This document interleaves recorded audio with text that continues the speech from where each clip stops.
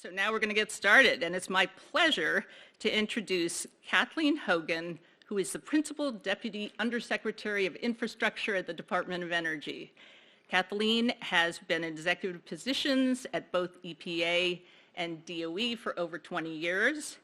She, in recent years, led the DOE Energy Earthshot program. Prior to that, she was involved in leading and implementing a whole portfolio of energy efficiency work, ranging from advanced manufacturing to low-income weatherization. It's quite a substantial and impressive portfolio. So she is an accomplished leader, an avid reader, a lifetime learner, and has a love of travel. Kathleen, please join us.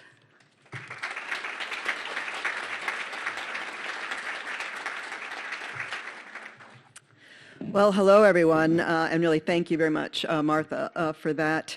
You know, it's great to be back at another C3E Symposium and really have the opportunity to help kick it off and really get down to business. And I do want to thank MIT for hosting and being such a great partner, as well as the other C3E partners, Stanford and Texas A&M.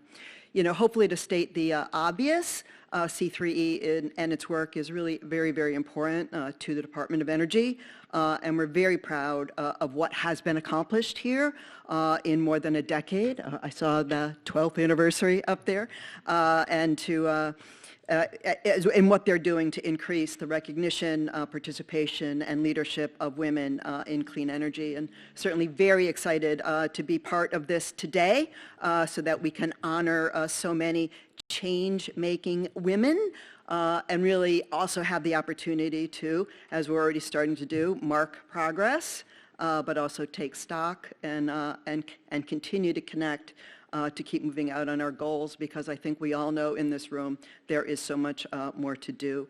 And I think, you know, and Martha spoke to this a little, you know, there's issues out there in terms of women's presence in the workforce. We know that a strong women presence remains a very important issue in the U.S. You know, across all sectors, women do struggle to move up in the workforce, you know, and the higher the position, the greater the gender gap.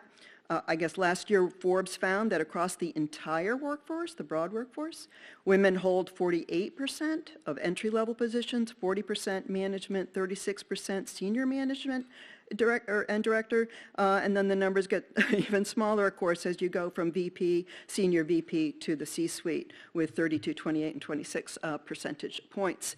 So that's the broad workplace. So let's get a little bit more narrow. Let's look at the energy sector, because it's not an exception to the broad workforce. And this, of course, has even greater challenges with many higher level positions struggling to even get a few, if any, applicants to even get the ball rolling. And then if you really narrow in on the statistics for the clean energy workforce, it's really even more sobering, with women comprising 26% of the clean energy workforce versus that 46% overall number. And I think there's been a lot of work as well to figure out, even the women that get in, why do they not necessarily stay? And there's a lot of reasons: inadequate training, opportunities not presenting themselves at the right time, lack of policy to sort of keep people involved, engaged, moving up, you know, workplace inflexibilities, and certainly pay is always out there as well. So that's some of the problems that are out there, but and I think it really emphasizes why it's so exciting to be here today, because it is with your help and with this year's winners that we can multiply very terrific role models on how to do this and keep moving on and moving up and doing great things and really be a force of change. And I think as we sit and talk about where we are right now, you know, the fact is, it is a very exciting time to be working in clean energy, and it's a very exciting time to be doubling down on the work that C3E does. And that's because many reasons, but one, clean energy technologies are ready. They are now less expensive, better performing, and ready to play a rapidly growing role in our economy, to the benefit of our communities, our energy security, and of course our climate future, and they will only continue to improve as we continue to work on them. And of course, we have the amazing historic funding that gets the attention of many through the Bipartisan Infrastructure Law and the Inflation Reduction Act, where we really are putting ultimately trillions of dollars of investments into clean energy so as to transform our energy system to this amazing thing that we're moving toward, clean, affordable, reliable, sustainable, resilient, all the things that we know our energy system should be to move this country forward. Some of the statistics that come out of what we can achieve with these bills alone, it's things like expected energy savings of $38 billion on home energy bills. I mean, that's stunning when we would be able to have delivered that by the end of this decade. Also, just huge reductions in industrial and manufacturing emissions, double the nation's electricity generated from clean energy, and something that all of this is exciting to me, but the one that's really exciting to me, I don't know why, but it is just the whole new manufacturing opportunities that we can have across the country around our clean energy supply chains and our involving industrial base, and what that can do to communities across our country, communities that we know have been waiting for this for a long time. So when you also look at IRA alone, it's one of the most significant climate laws in history. With the tax credits for clean energy manufacturing and rebates, and really such a driver for jobs, expected to create a total of 1.5 million jobs across America. And at the same time, I know something near and dear to Gina's heart is what it will do for premature deaths and asthma attacks and all, just phenomenal numbers that will come from the work that we are doing here. So again, just a whole myriad of truly important benefits. So what are we doing at the Department of Energy to really do our part? This will sound boring, but it was important. So first, we organized ourselves with a new Office of Infrastructure so we can do our part in this modernizing era around our energy economy and infrastructure. And what this really means is organizing ourselves so that, because everybody knows we're good with technology, that's good, but we need to be good at catalyzing private sector investment and really assisting communities and local, state, and tribal governments in what this transition looks like. Because we do know that success will come from maximum leverage of the federal dollar. We know that this transition will be federally enabled, but private sector led. We really have to bring the private sector to the table to really do a lot of the heavy lifting here. And we do know that as trillions of dollars are invested around the world, that the greatest benefits will go to the communities, states, and regions that can move quickly to remove the barriers to investment and grab the opportunity that's there. So what does this really mean? It means more work opportunities at all levels. In areas such as energy planning, energy resiliency and security, industrial emissions reductions, manufacturing and energy supply chains, and electric grid modernization, to name just a few. And it really means a lot more direct work with communities of all kinds as they chart their clean energy futures, and really with a real emphasis on those communities that, as we know, have been left behind in any number of ways. So, the other thing I think we can all agree is that this accelerated clean energy expansion, really hugely catalyzed by Bill and Ira, is underway. You read almost every week, if not every day, of some new plant opening to take advantage of tax credits and other mechanisms. Again, thanks to a lot of the amazing work of people in the White House and others to give us these tools. So really exciting to be at this point. In addition to that, at the department, we've been able to announce funding opportunities it's the start, it's still the start, but funding opportunities for more than $67 billion of the $100 billion that came to the department, as well as put the multi-billion-dollar loan programs office back to work, getting loans out the door. So things are happening, and this has certainly meant, back to the job side, it certainly meant a lot of clean energy jobs at the Department of Energy through our Clean Energy Corps, up to about 1,000 jobs that we're looking to fill.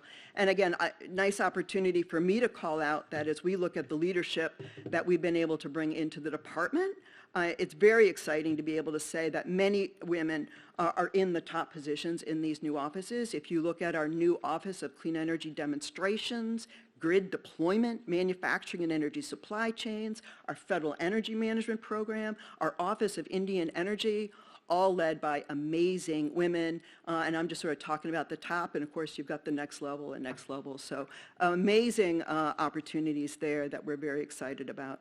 So with all this work too, as we put these solicitations out, we are launching many of the programs that Congress asked us to do, and again, a broad swath of opportunities here across public school upgrades, battery materials manufacturing and processing, nuclear facility financial stability, expanded weatherization, heat pump manufacturing, transmission capacity expansion, small business efficiency projects, tax credits for clean energy producers and manufacturers, as well as work we're doing with the states on what's really the largest consumer-facing program the department's ever run for home efficiency and electrification rebates.